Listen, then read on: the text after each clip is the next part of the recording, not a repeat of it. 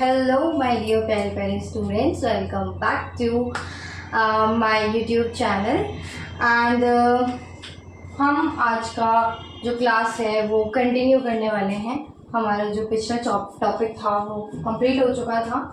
And notes के बारे में you don't have to care about notes because जो चीज़ मैं यहाँ पे पढ़ाती हूँ वही सारी चीज़ें मैं नोट्स में भी लिखती हूँ. तो अगर आप यहाँ की चीज़ें अपने नोटबुक में शॉर्ट में लिख ले जैसे मैं यहाँ लिखती हूँ तो वो पूरा एक नोट के बराबर ही होगा. बाकी मैं जो नोट्स जैसे मैंने पहले डाले थे वैसे ही नोट्स मैं दोबारा और डाल दूँगी बाकी के.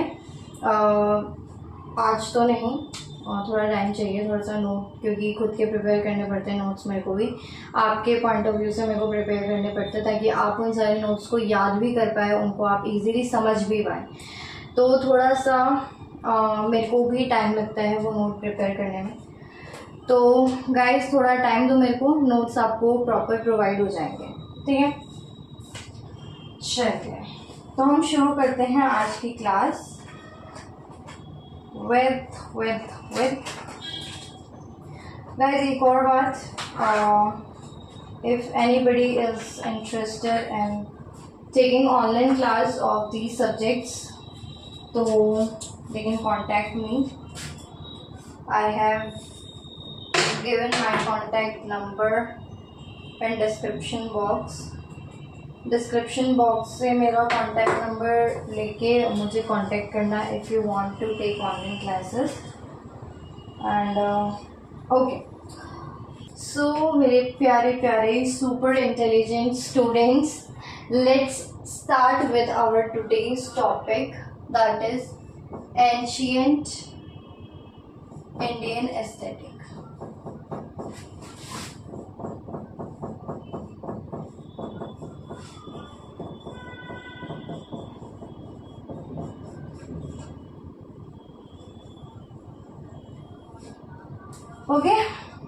Okay, so what we are gonna study in this is that in ancient India drama was very popular art form.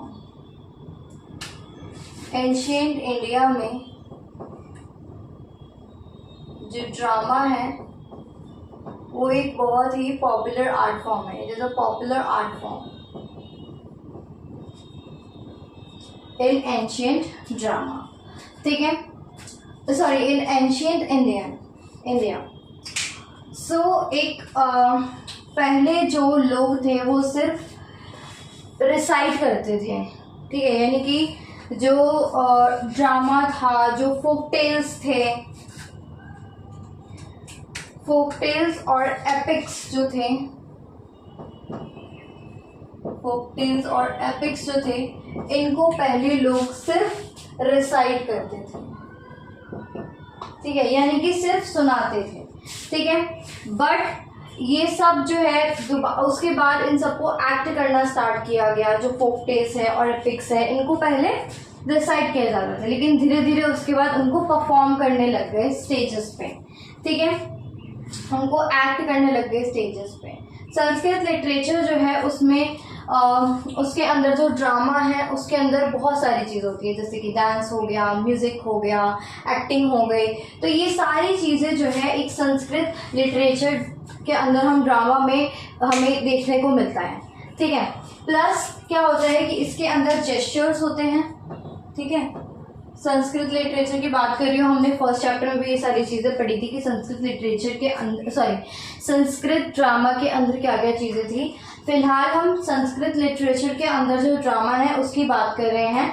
तो उसके अंदर जैसे कि संस्कृत लिटरेचर के अंदर जो ड्रामा थे तो उसके अंदर म्यूजिक्स हो गए, डांसेस हो गए, प्लस उसके साथ जो एक्ट, मतलब उसको एक्ट किया जाता था, परफॉर्म किया जाता था, एक्टिंग होती थी. तो ये सारी चीज़ें एक साथ होती थी. प्लस उसके अंदर क्या क्या होते थे, उसके अंदर जेस्चर्स यूज़ हुआ करते थे, जो हाथ के इशारे होते हैं. उसके अंदर माइम यूज़ हुआ करते थे.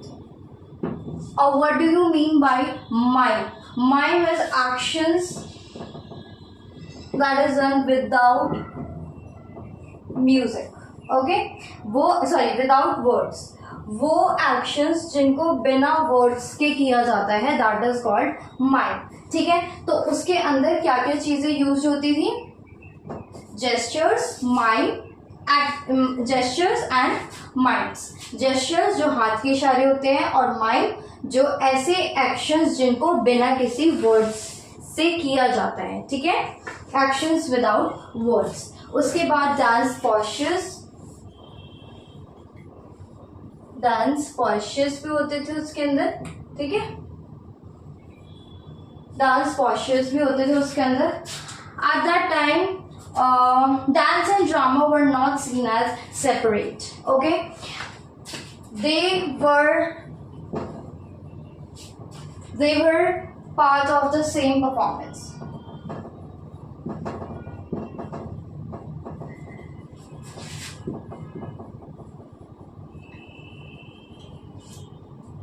ये हमने किसकी बात की?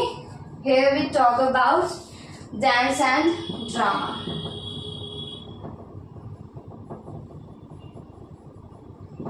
That dance and drama, at that time dance and drama were not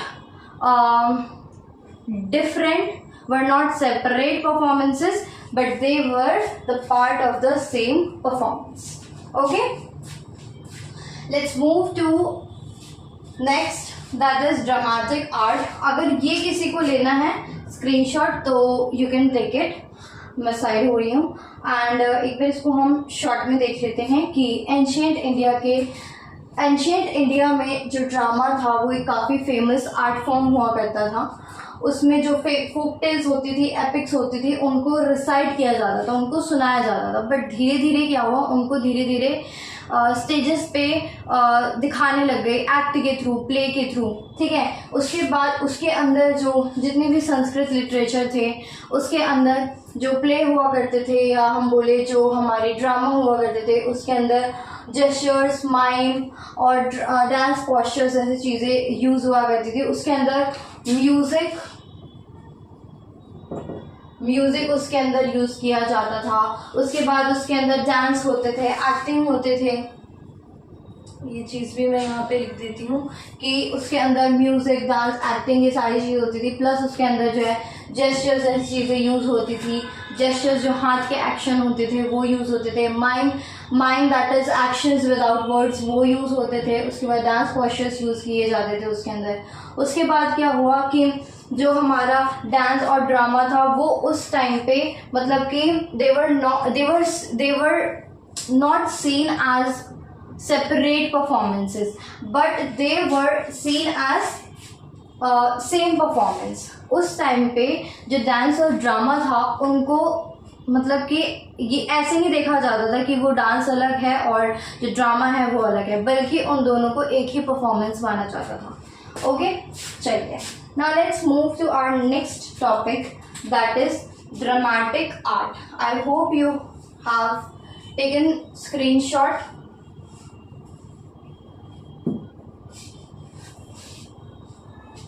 I hope आप सभी ने screenshot ले लिया होगा। And once again I would like to say that if you guys like my explanation and if you guys like the way I teach you, so please just subscribe my channel, like करो, comment ज़रूर करो, comment में ज़रूर बताओ कि मेरा explanation आपको कैसा लग रहा है। और हाँ, ये भी मेरे को बताया करो कि अगर यहाँ पे कोई चीज़ नहीं समझ आ रही है तो वो आप मेरे को लिख के बता दो। प्लस आप मेरे को ये बताओ उसमें कि क्या कमी रह रही है मेरे टीचिंग करने में, ठीक है। तो ये सारी चीज़ें you can tell me. So our next topic is dramatic art. I think ये ड्रामेटिक आर्ट जो है वो इसी के अंदर एक सब हेडिंग है, right? Okay, as we read in previous chapter also that about drama, that drama is mix of many things, like music, dance and act, right? Same like this, we are going to study here that ancient Indian drama was also a mix of many things. Okay, ancient drama ancient Indian drama, sorry, ancient Indian drama was also a mix of many things.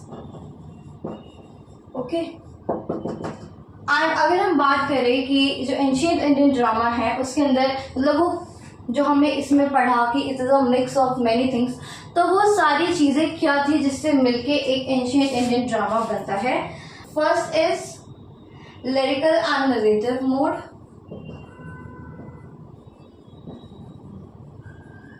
Lyrical and narrative mode, ठीक है. Then verses and poems. Verses and poems. Then verses and poems. Third is speech, song and acting.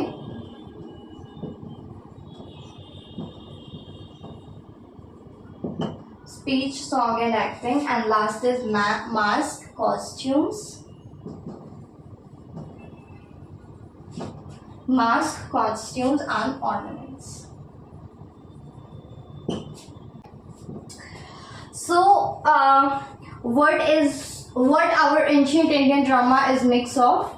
It is a mix of many things, that is lyrical narrative mode, verses and poems, speech, songs and actings, mask, costumes and ornaments. So all these together gave drama a special style in ancient time. All these things together gave drama a special style. Okay. So when Kalidasa wrote his play, so drama had already become an important literary form, and it had developed step by step over time. Okay. So what we see in this is that when Kalidasa wrote his play, or we say that when Kalidasa wrote his drama, so what changes we notice is that drama had already become an important part of literary form, but वो जो है धीरे धीरे करके it developed step by step. Okay. So if anybody wants to take screenshot or anybody want to write these things, so you can write, because क्या होता है कि जब भी हम एग्ज़ाम के टाइम पे हमारे पास क्वेश्चन आ जाता है कि you have to write short note on dramatic art or you have to write short note on ancient Indian drama, तो उस सब के अंदर ये सारे पॉइंट्स भी आते हैं. Okay, these points also include in that answer. Okay, so take the screenshot. और मैं तो यही कहूँगी कि मेरे साथ साथ आप अपनी नोटबुक में लिखते चलिएगा. Okay, so what we have read in this is that ancient Indian drama is mix of many things, and those things were lyrical and narrative mode.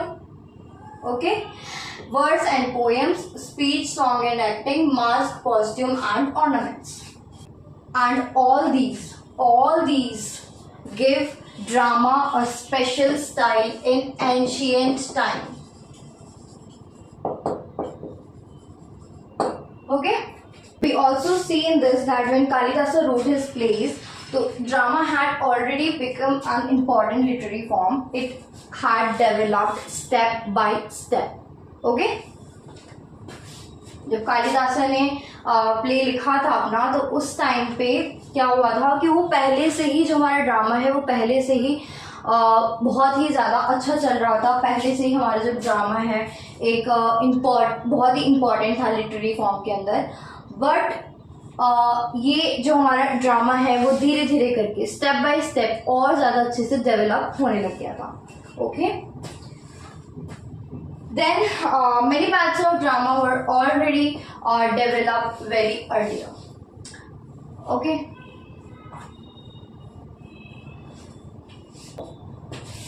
many parts of drama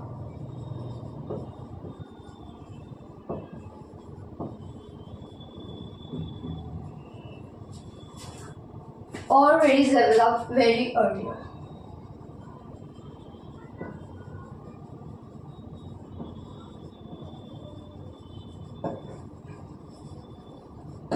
ठीक है. We can say that it is developed maybe during first millennium. It is developed maybe first millennium.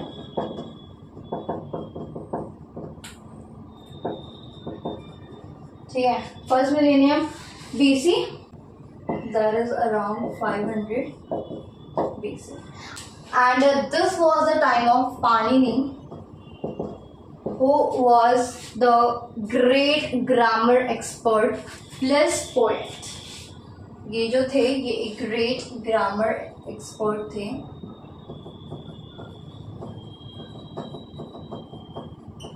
Great grammar expert plus poet. ठीक है, तो ये जब हमारा जो drama है वो पहले से ही डेवलप था. अराउंड 500 BC की बात कर रहे हैं, जब जो पाणिनि हैं जो हमारे ग्रेट ग्रामर एक्सपर्ट हुआ करते थे प्लस पोएट हुआ करते थे. तो ये उस टाइम की बात है जब हमारा ड्रामा काफ़ी सारे पार्ट्स में पहले से ही डेवलप हो चुका था. ठीक है, so at that time many different we can say traditions came together, and those traditions were, first of all, there was literary tradition from Vedas and epic, like literary traditions from Veda and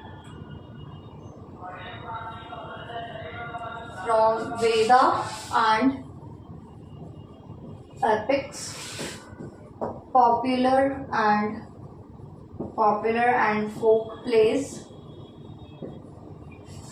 ठीक है, that was based on farming festivals. ठीक है, popular और folk plays जो कि farming festivals पे based होते थे. then ritual drama,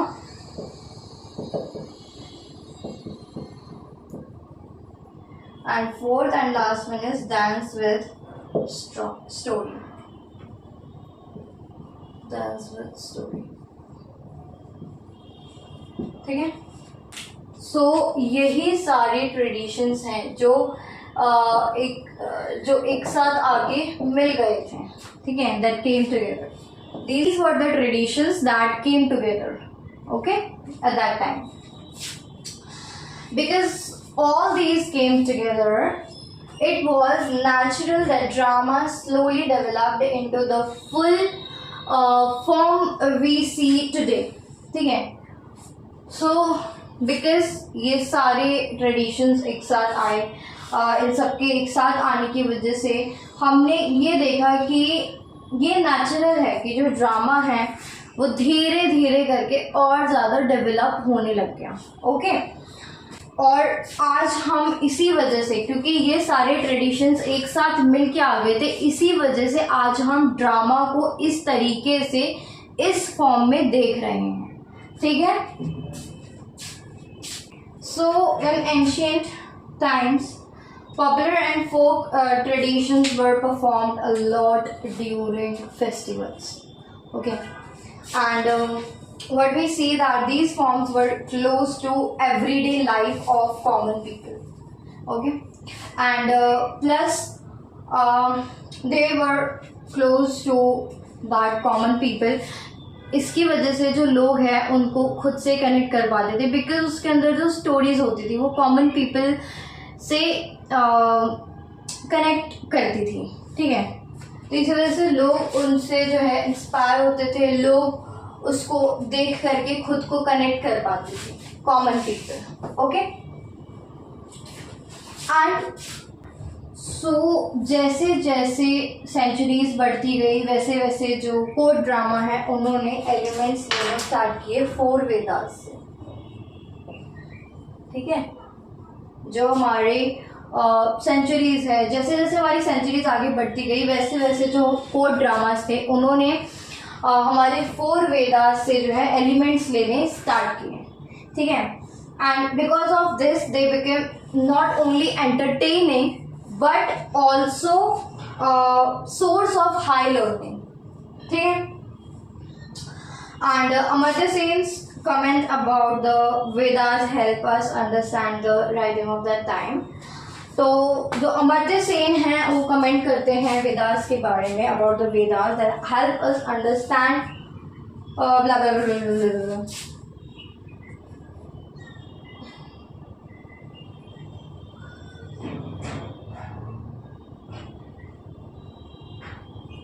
अब जो हमारे अमर्त्य सेन है वो कमेंट करते हैं और वो हमें ये बोलते हैं कि जो हमारे वेदास हैं वो हमें हेल्प करते हैं राइटिंग स्टाइल को समझने में।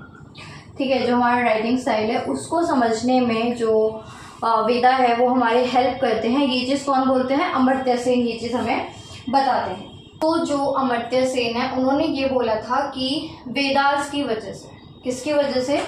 वेदास की वजह से हमें राइटिंग स्टाइल समझ आता है। ठीक है, ठीक है, उन्होंने ये बोला था कि वेदास है जिसकी वजह से हमें जो है राइटिंग स्टाइल समझ आता है। ठीक है, क्यों ऐसा उन्होंने बोला? क्योंकि वेदास जो है उनके अंदर सबसे पहले तो हेम्स होते हैं। ठीक है, हेम्स होते हैं। ये जो हेम्स होते हैं वो क्या होते हैं? जो प्रार्थना, जो गीत होते हैं ना, प्रार्थना गीत, वो जो प्रेयर सॉन्ग्स होते हैं वो।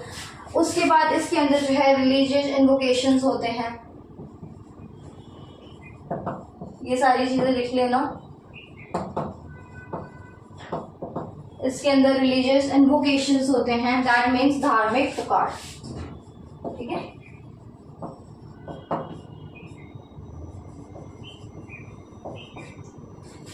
नेक्स्ट उन्होंने बताया कि जो है ये स्टोरीज भी बताते हैं, ऑल्सो टेल स्टोरीज। देन हमें ये बताते हैं कि think about the world and its nature. उनके जो हमारी दुनिया है उनके बारे में सोचो। Think about world and about our nature. Think about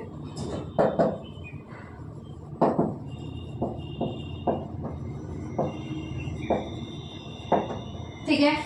then उन्होंने बोला कि we should ask big questions.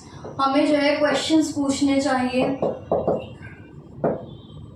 कैसे क्वेश्चंस? जैसे कि how the world is created, जो हमारी दुनिया है वो कैसे बनी। ठीक है, सो उन्होंने बोला क्वेश्चंस पूछें, जैसे कि how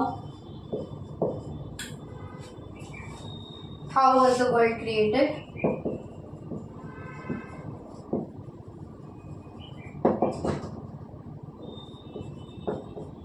did some make it,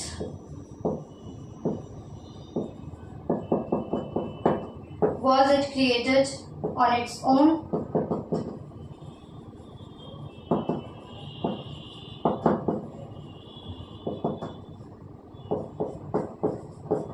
is there God who knows the truth?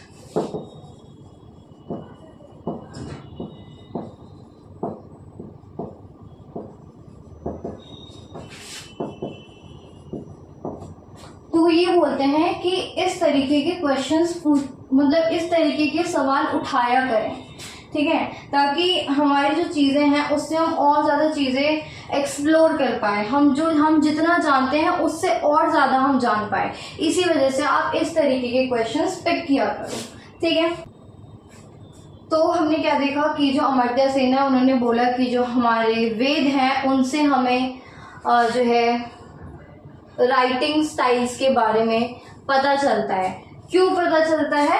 क्योंकि शॉर्ट में बता रही हूँ एक बारी, क्यों पता चलता है? क्योंकि उसके अंदर जो है स्टोरीज होते हैं। ठीक है, हाइम्स होते हैं उसके अंदर, हेम्स होते हैं उसके अंदर, स्टोरीज होते हैं उसके अंदर, दुनिया के बारे में क्या क्या चीज़ें मतलब सोच विचार होती है दुनिया के बारे में। ठीक है, उसके बाद जो है बड़े बड़े क्वेश्चंस, डिफिकल्ट क्वेश्चंस उठाए जाते हैं, पूछे जाते हैं हमसे कि किस तरीके के क्वेश्चंस पूछे जाते हैं, जैसे कि how was the world created, did some make it, was it created on its own, और is there God who knows the truth. Okay,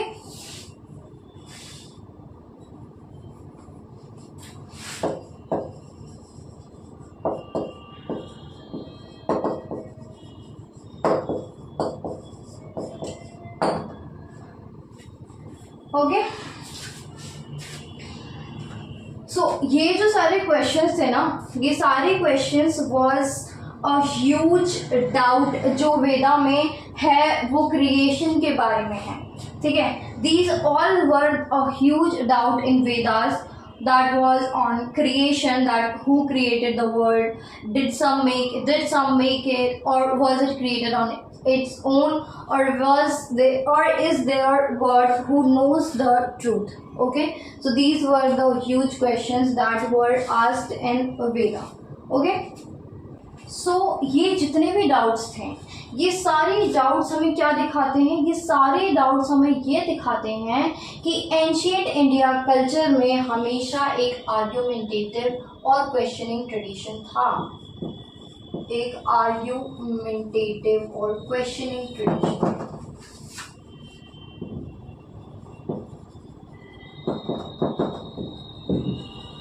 ठीक है, एक किस तरीके का जो है ट्रेडिशन था, वो एक आर्ग्यूमेंटेटिव और क्वेश्चनिंग ट्रेडिशन था। सो इन सारे क्वेश्चन से हमें क्या पता चलता है कि उस टाइम पे जो एंशिएंट इंडियन कल्चर था उसके अंदर आर्ग्यूमेंटेटिव एंड क्वेश्चनिंग ट्रेडिशन था। ओके, देन इससे ये भी समझ आता है हमें कि ऋग्वेदा सिर्फ रिलीजियस टेक्स्ट नहीं था, बल्कि उसमें रेडिकल डाउट्स भी थे। इस वजह से जो एंशिएंट इंडिया है वो हेट्रोजीनियस था। क्या था?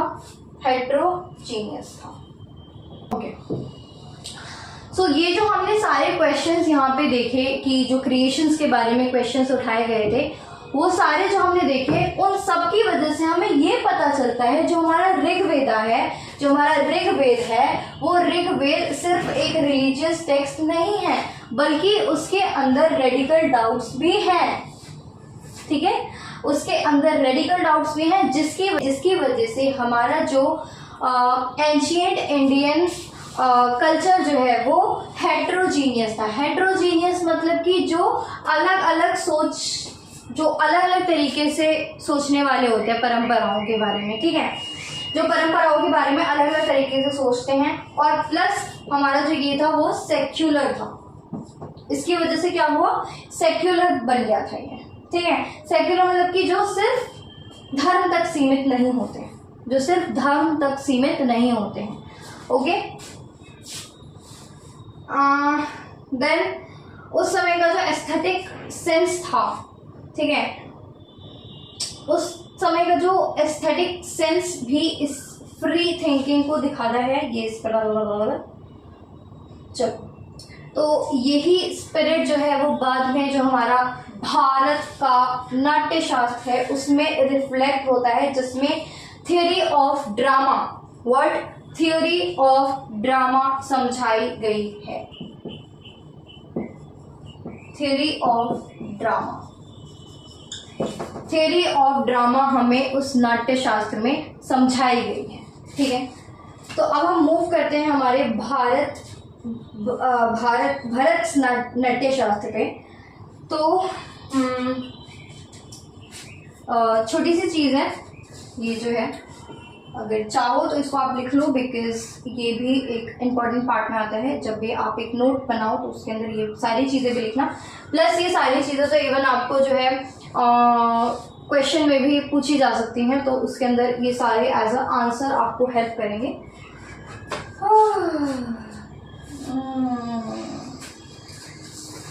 चलिए,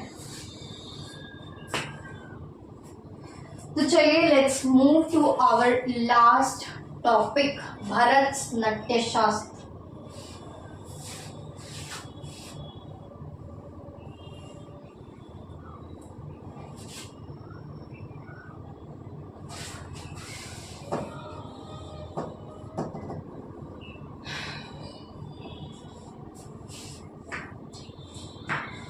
Guys, please don't forget to like my videos. हाँ, बिकॉज इतनी ज़्यादा मेहनत करती हूँ, और मेहनत करने के बाद जब मेरे वीडियोस लाइक नहीं आते हैं तो मुझे बहुत गुस्सा आता है। सो चलिए, तो प्लीज़ सबसे पहले ये बोलूँगी कि मेरी वीडियोस को लाइक करना, मेरी वीडियोस पे कमेंट करना, मेरे चैनल को सब्सक्राइब कर देना और शेयर भी कर देना guys. So now let's move to our next topic, that is Bharat's नाट्य शास्त्र।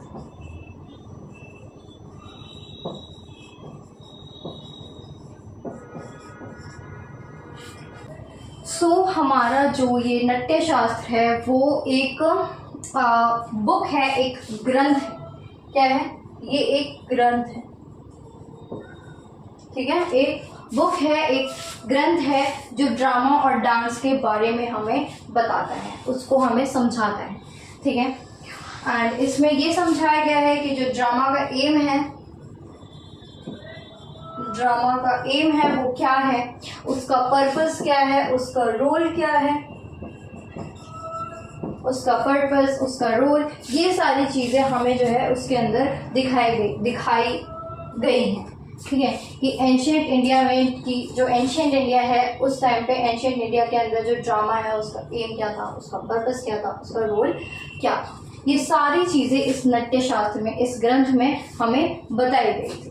ओके, सो हम जान लेते हैं इसके रूट वर्ड नट्य का मतलब। किसका? नट्य का मतलब। हम जानेंगे नट्य का मतलब, ठीक है। तो नट्य के अंदर जो नट है इसका मतलब होता है एक्ट करना, ठीक है, टू परफॉर्म, एक्ट करना, ठीक है। या फिर हम बोले इमोशंस दिखाना,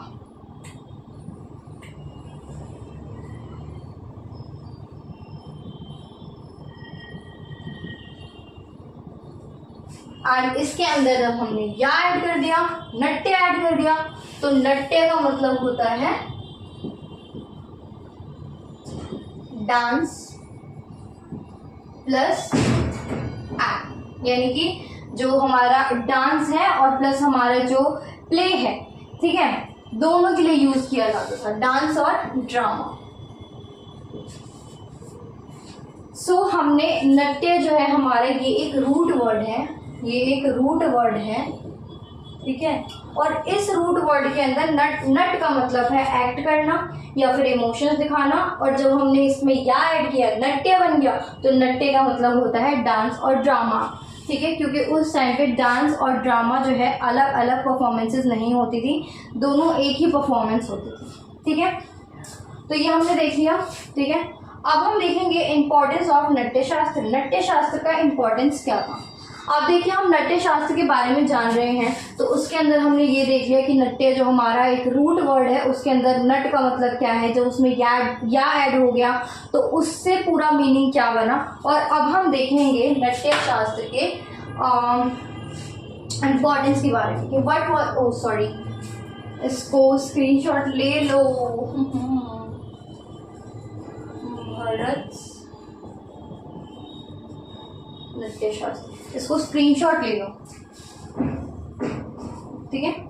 तो गाइज, मैं इन सब पर स्क्रीनशॉट लेने के लिए आपको इसलिए बोलती हूँ क्योंकि आप कोई भी प्रीवियस ईयर क्वेश्चन पेपर उठा के देखेंगे तो उसके अंदर सबसे पहला क्वेश्चन आपको जो मिलता है वो होता है right short note,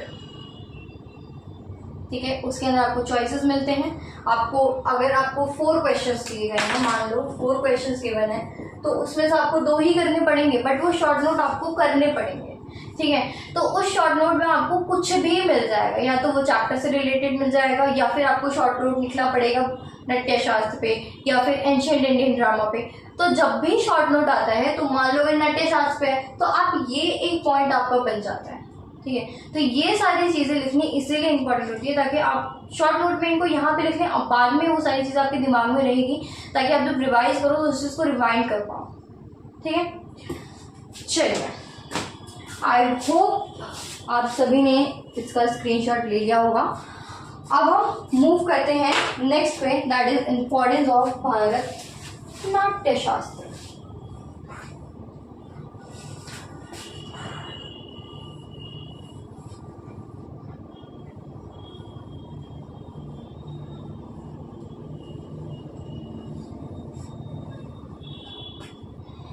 Now let's move on importance of Natya Shastra.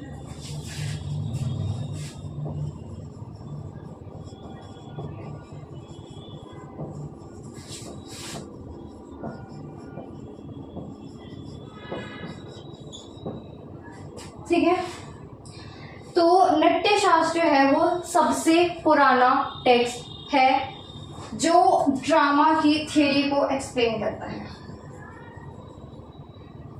Drama की थ्योरी को एक्सप्लेन कर, ठीक है।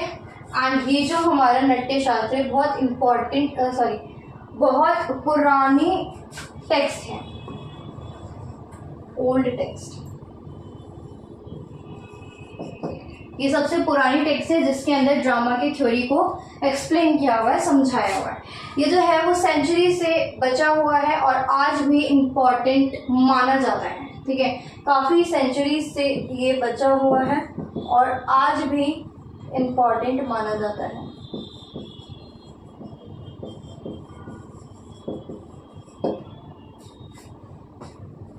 ऐसे नोट लिखी हूँ, आई थिंक आपको नहीं समझ आ रहा होगा, बट जो चीज़ मैं आपको बोल रही हूँ ना वो चीज़ आप समझो।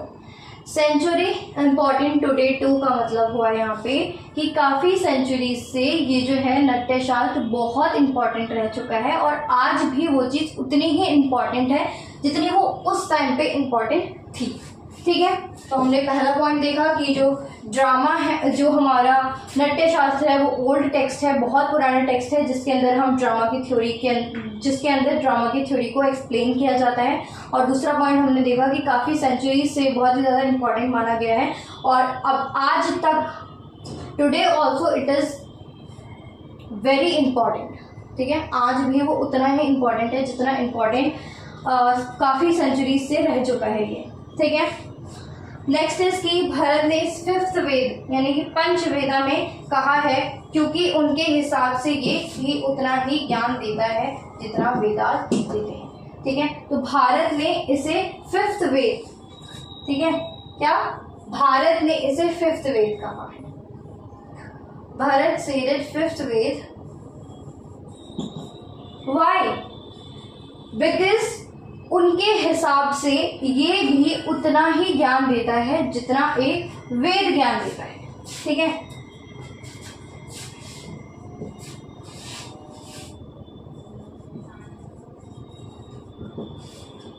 तो in short if I tell you that why Natya Shastra is very important, तो सबसे पहला पॉइंट तो इसके अंदर यही है।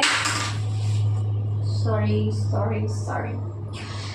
सबसे पहला पॉइंट तो इसके अंदर यही है कि जो नाट्य शास्त्र है is very old text and इसके अंदर हमें जो है ड्रामा की थ्योरी को एक्सप्लेन किया हुआ है। प्लस सेकेंड पॉइंट में हमने देखा कि काफ़ी सारी सेंचुरी से ये जो नाट्य शास्त्र बहुत ज़्यादा इम्पोर्टेंट था और आज तक ये बहुत ही ज़्यादा इम्पोर्टेंट है। इसकी इम्पोर्टेंस आज भी उतनी ही मानी जाती है जितनी इम्पोर्टेंस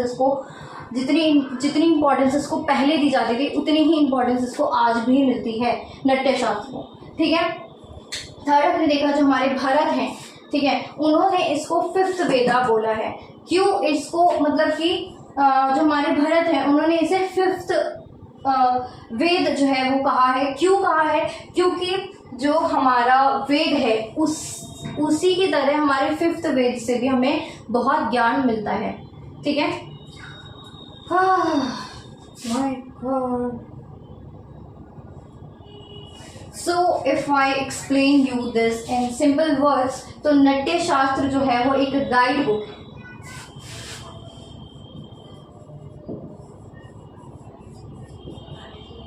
जो नाट्य शास्त्र है वो एक गाइड बुक है जिसमें ये बताया गया है कि ड्रामा और डांस को कैसे बनाया गया है।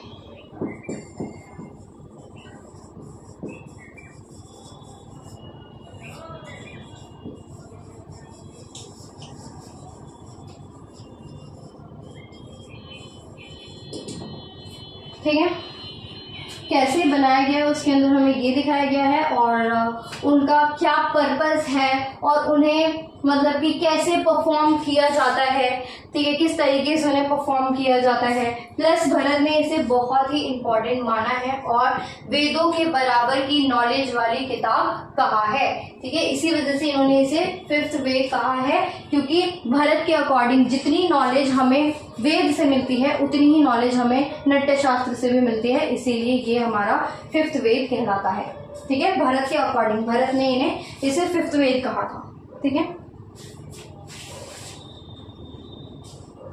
सो जो हमारा नाट्य शास्त्र है उन्होंने भी जो है बहुत से आइडियाज जो है वेदा से लिए थे, जो ऋग्वेदा है, ये यजुर्वेदा है, सामवेद है, अथर्ववेद है, इन सब से जो है काफ़ी सारे इंपॉर्टेंट, मतलब कि काफ़ी सारी चीज़ें जो है इससे भी आइडियाज़ लिए थे, काफ़ी सारे। तो जो नृत्य शास्त्र है, it took ideas from 4 Vedas, ठीक है, from which 4 Vedas? Rigveda, Atharvaveda, sorry Rigveda, Yajurveda, Samaveda,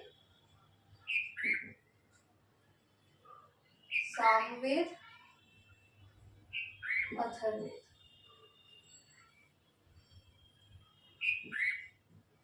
ठीक है, तो इन चारों वेद से जो है, हाँ, जो नृत्य शास्त्र है उसने जो है आइडियाज लिए थे।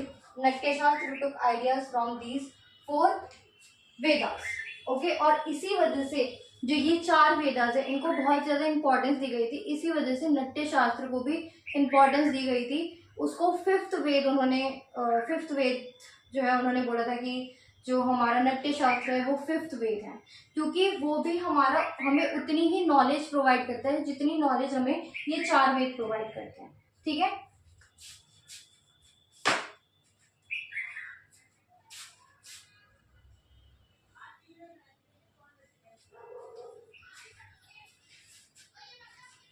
So the most famous part of Natya Shastra is Rasa. Okay, and what Rasa means? पहले भी वीडियो में हमने डिस्कस किया था रासा के बारे में कि रासा क्या होता है, एंड अगेन वही सेम चीज हमारा इस वीडियो में भी आया। तो again we are discussing about rasa. तो वो रासा का मतलब क्या होता है? Rasa is emotions that can be felt और enjoyed by audiences, okay. So अलग अलग तरीके के जो है रासास थे जिन्हें जो हमारे भरत थ्योरी है उसके अंदर दिखाया गया था, ठीक है। तो what were those रासास?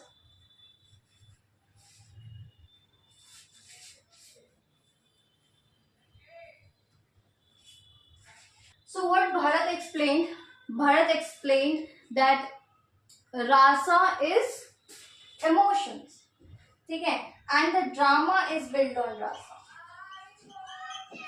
and the drama is built on rasa, okay। और ये जो रासास थे, ये जो रासा थे वो कौन कौन से थे? सबसे पहले श्रृंगार, ठीक है, दैट इज एरोटिक और love.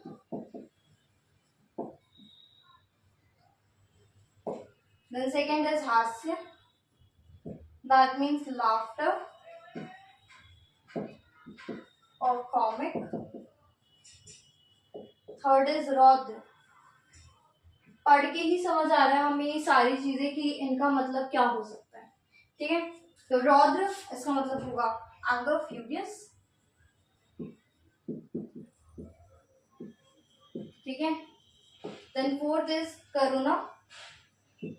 What karuna? What karuna means is compassion, ठीक है। Then fifth is Veera. Veera that means heroic or courage, heroic or courage। Then sixth is अद्भुत। अद्भुत यानी कि वंडर और मार्वेलियस, ठीक है, और marvellous. Seventh is Vibhatsa. Seventh is Vibhatsa, that means odious or disgust, odious or disgust। Eighth is भयानक,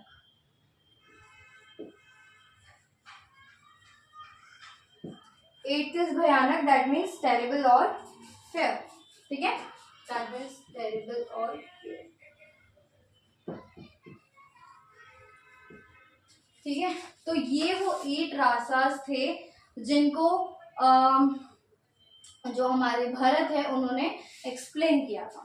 ठीक है, thank you so much guys. आज की वीडियो यहीं पे ख़त्म होती है। अगर आपको मेरा एक्सप्लेनेशन समझ आया हो तो प्लीज़ मेरी वीडियो पे लाइक कर दीजिएगा, प्लस मेरे चैनल को सब्सक्राइब कर दीजिएगा एंड कमेंट में ज़रूर बताना कि मेरा एक्सप्लेनेशन आपको कैसा लग रहा है एंड शेयर ज़रूर कीजिएगा मेरी वीडियो को। एंड प्लस ये भी मैं यहाँ पे बताना चाहूँगी कि अगर किसी को भी ऑनलाइन क्लास लेनी है तो ऑनलाइन क्लासेस ऑल्सो अवेलेबल, तो आप मेरी पुरानी वीडियोस पे जाके देख सकते हैं। मैंने डिस्क्रिप्शन बॉक्स में नंबर दिया, वहाँ से आप मुझे कॉन्टैक्ट कर सकते हैं।